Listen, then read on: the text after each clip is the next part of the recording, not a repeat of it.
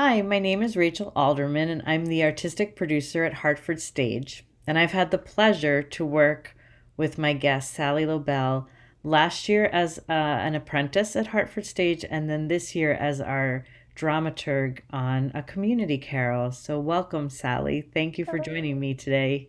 Thank you, Rachel, for having me. So, will you tell us a little bit about your role as dramaturg on a community carol? What does that mean exactly?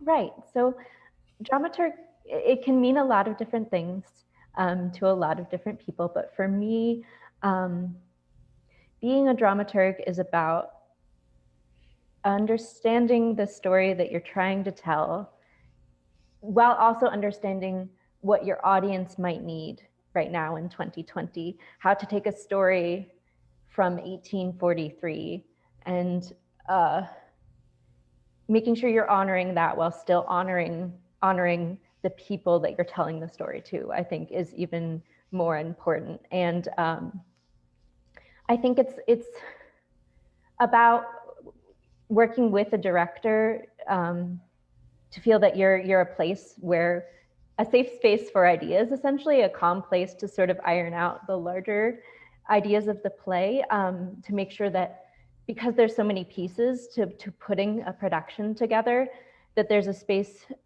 um, so that you know you are addressing what you want to address, that you're telling the story that you want to tell, that you don't lose your way as you're putting all these pieces together. And you definitely have helped me stay on track and track our threads and our thoughts all the way through this whole process. I think that's a vital part of what you have done on a community carol, keeping our eye on the ball and helping us make sure that we're telling the story we intended to tell.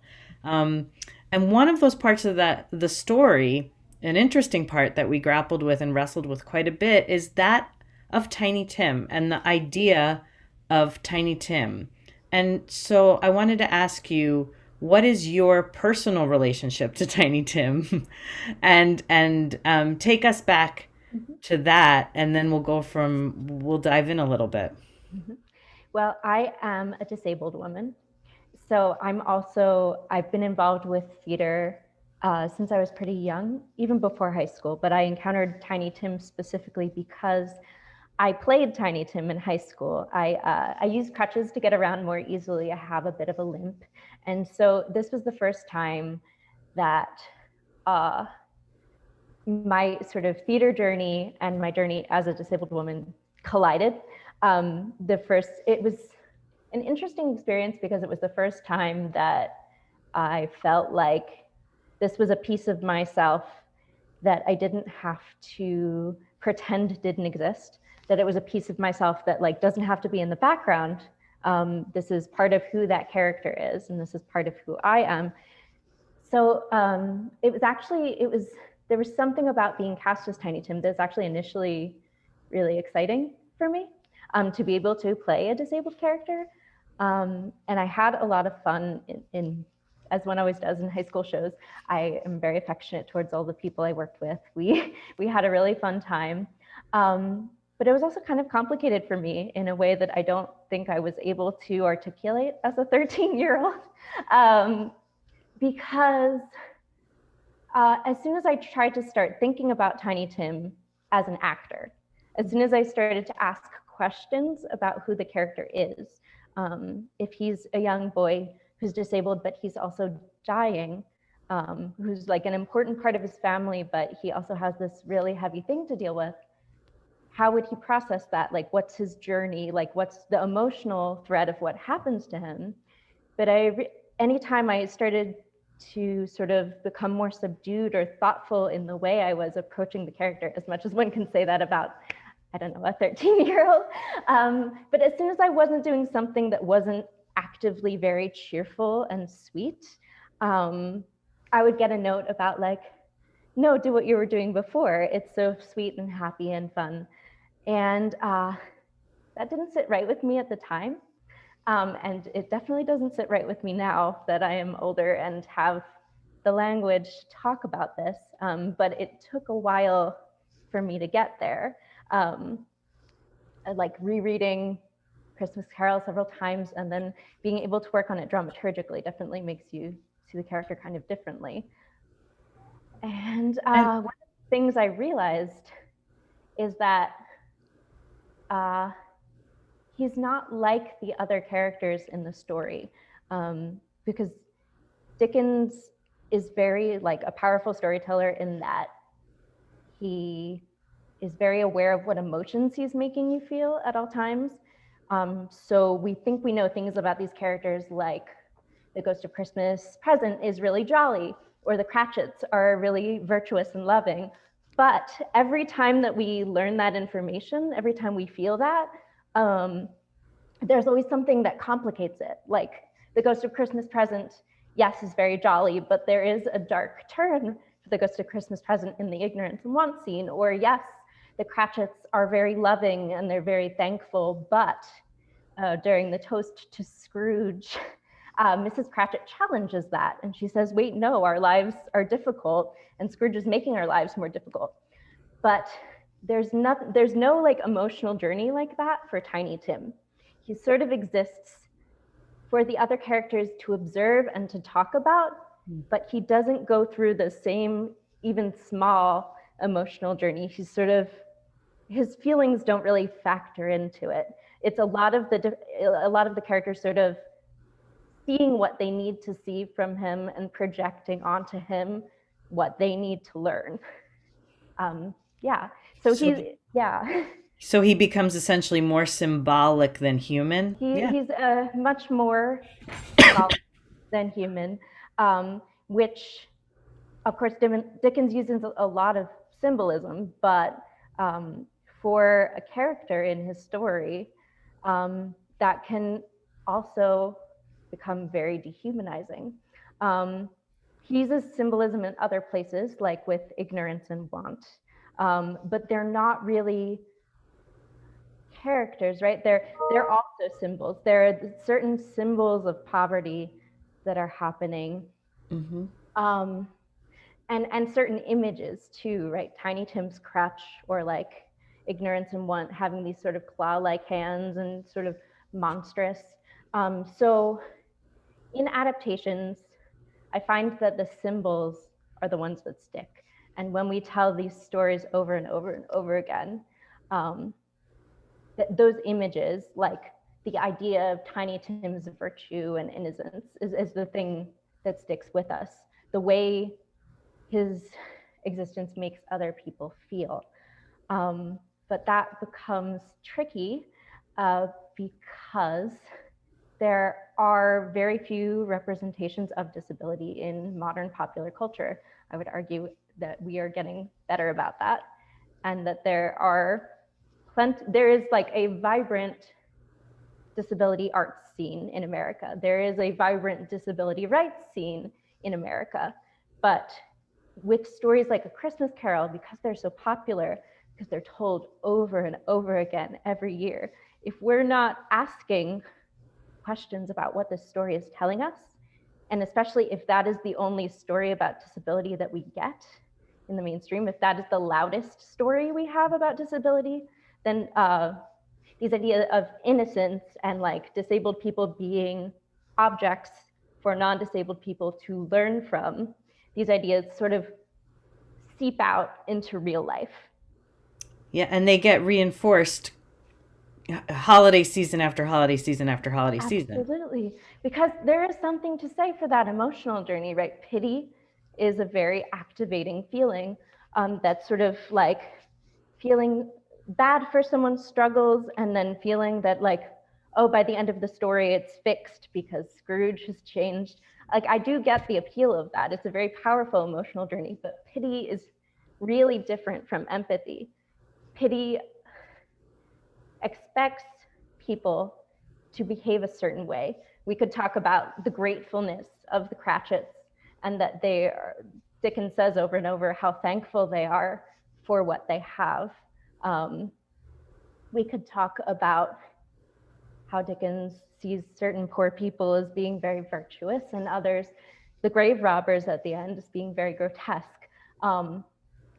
Pity expects the people that you are pitying to graciously accept whatever you are giving them, and sort of reduces them to these symbols or these easy emotional objects. But if we extend that to an idea of empathy, empathy is more about feeling someone else's struggle or emotions, but allowing that they are another person, that recognizing that they are someone who can share your feelings, recognizing that you could be in their shoes, and allowing them to be fully human. So allowing them to have the full range of emotions and allowing that they are not just there to make you feel better about yourself. Yeah. Beautifully said. And what are some of the ways that you took this idea of pity versus empathy, and how did you wrestle with it and help us wrestle with it as the dramaturg for this adaptation? Because we had a lot of options for this. We were starting from scratch. We were analyzing Dickens from the original text, and we could make many different styles of choices. Yes. And so what were some kind of goals or intentions or hopes of yours as we wrestled with the text the past couple of months? Mm-hmm. I think we realized really quickly that it's difficult to immediately critique or engage with Dickens in the midst of the story itself.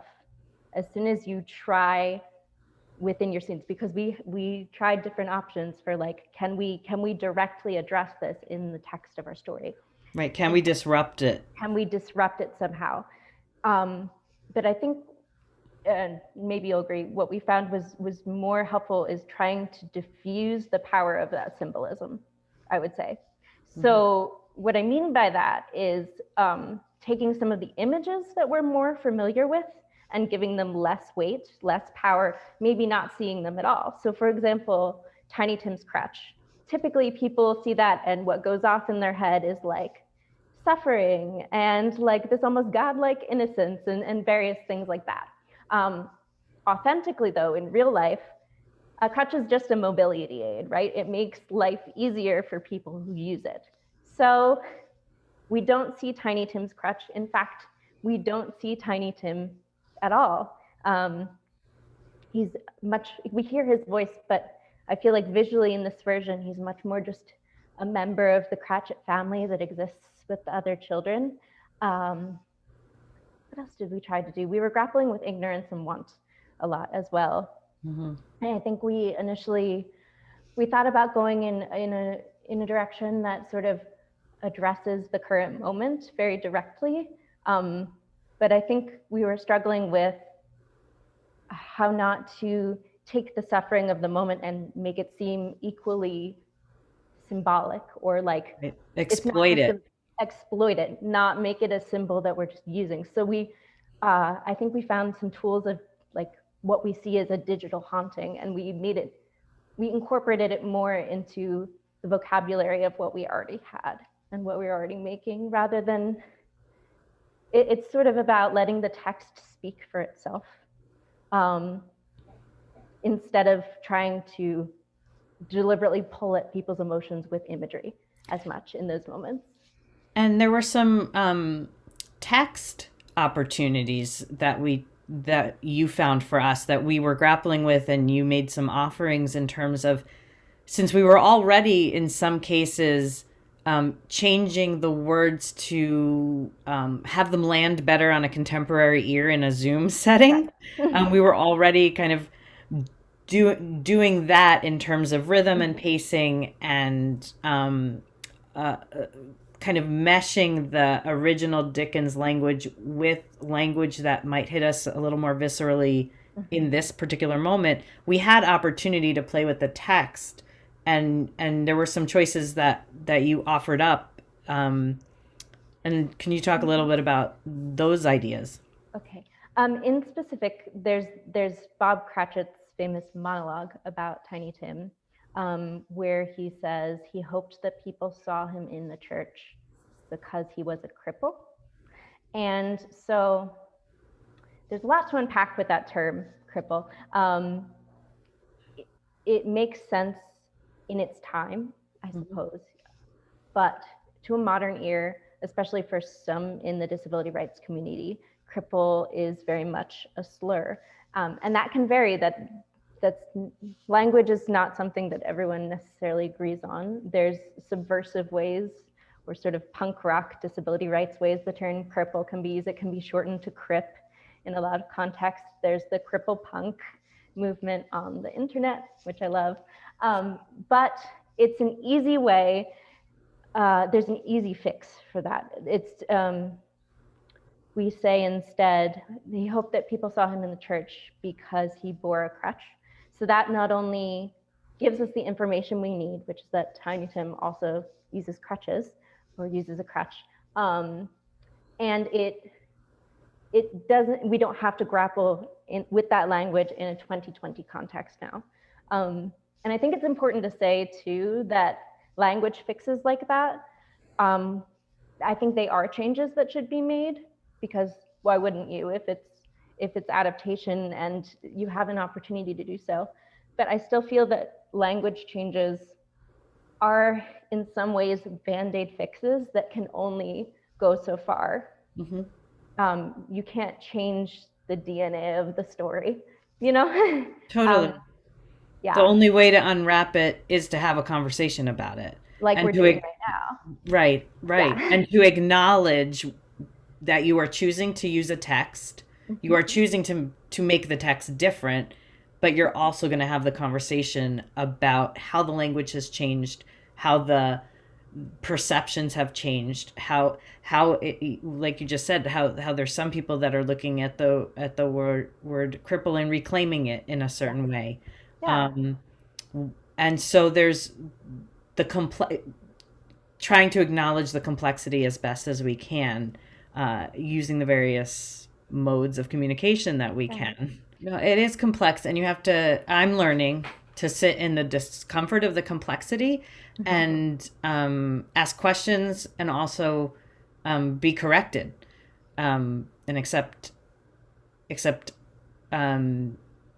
new ways of thinking about something that I had not given as much thought to when I first started working on this show, say in 2010, and then revisited it in 2015. And then this past year, before we even were working on a community carol, when we were working on our regular production, you had some really interesting thoughts about staging that actually, we had a lot of conversations about Tiny Tim's agency and the possibilities for agency within the context of the production that we do.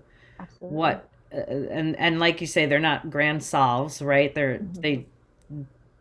But those conversations were really helpful in terms of figuring out, where are we just taking things for granted in terms of, well, this has always been this way, it should always be this way, it's iconic, or there's an opportunity here to make a choice that maybe not everyone will recognize in the grand scheme of the audience, but that will shift the assumption a little bit, or the interrogate the moment ever so slightly, that someone sits up a little bit more than maybe they did before.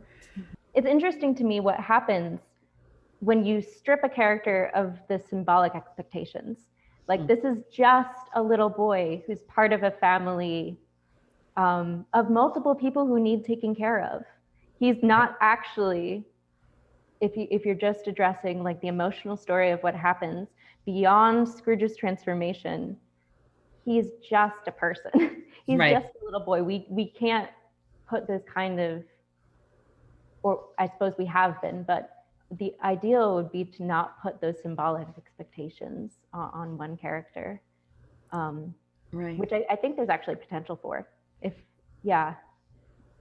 And then the idea that there's an interesting kind of, in reading about, there was an article in last year's New York Times about casting Tiny Tim, and ways different theaters are grappling with that right now.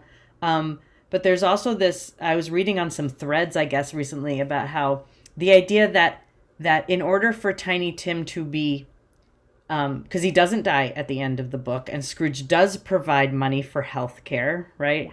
Comes through with the save of the health care, but a Mhm. lot of people take that to mean that therefore Tiny Tim doesn't have a crutch, or doesn't have that he is cured of lots of different ailments, as opposed to what does health mean? Yeah. What does providing health care for somebody look like or Mhm. mean? And it doesn't necessarily mean there's Mhm. nothing wrong if healthy means that. Disabled and healthy. Yeah, Right. exactly. There are two different things. What does it mean to live well in a body, no matter what that body does for you or looks like? Um, yeah, and I think, well, Dickens doesn't set us up very well for this, I will say, because there's very little clarity in the text, and people do like to debate about like what is the accurate diagnosis for Tiny Tim. And I think Right.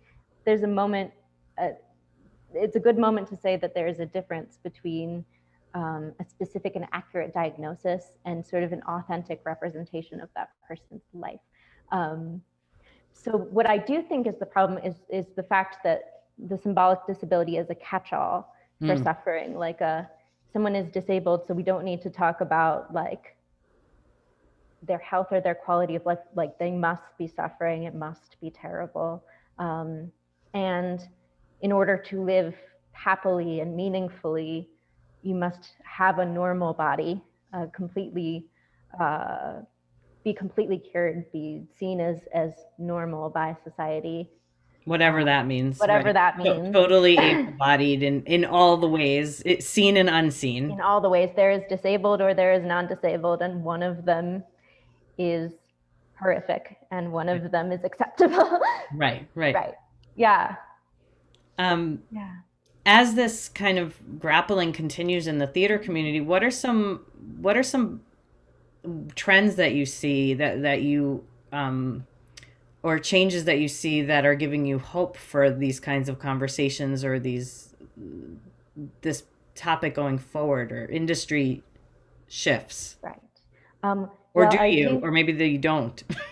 I see small and hopeful shifts. I wish there was more, Mhm. but I do think as much as uh, Tiny Tim is a lot to put on a young person, just as a character, and because he's still such a stereotype, um, it's kind of it's there's something in me that it's very painful for me to see disabled kids play Tiny Tim, but at the same time, um, I think casting disabled actors in disabled roles is the bare minimum. I think that's the baseline.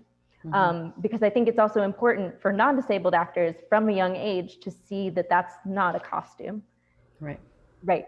Um, but I think to make a truly equitable Christmas Carol, right? Like in an ideal world, um, you would cast other disabled actors in roles that have nothing to do with the character's health, or that specifically put those characters in positions of power, like cast the ghosts with disabled actors, cast Fred as a disabled actor. Just so diversify all of your bodies on stage.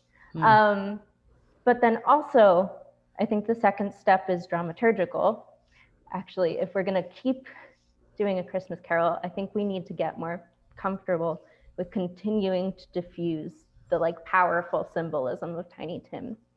So I think making him less of a focal point and more just a member of the Cratchit family, and just Scrooge's experiences of seeing the Cratchits like their full experiences of joy and frustration, and allow them to have that full range of emotions. And that's what touches Scrooge, rather than one seemingly tragic or seemingly godlike little boy. Just seeing regular people enjoying their lives. That you, yeah, Hmm. is is one piece that would be very helpful.